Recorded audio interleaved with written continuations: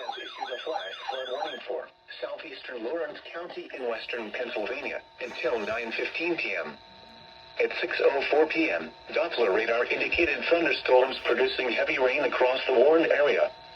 Between 1 and 2 inches of rain have fallen.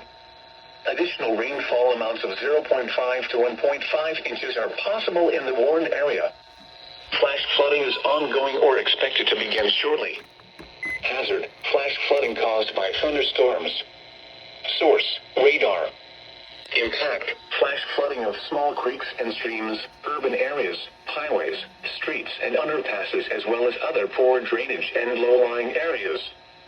Some locations that will experience flash flooding include Elwood City, New Beaver, Wampum, Rose Point Park, and McConnell's Mill.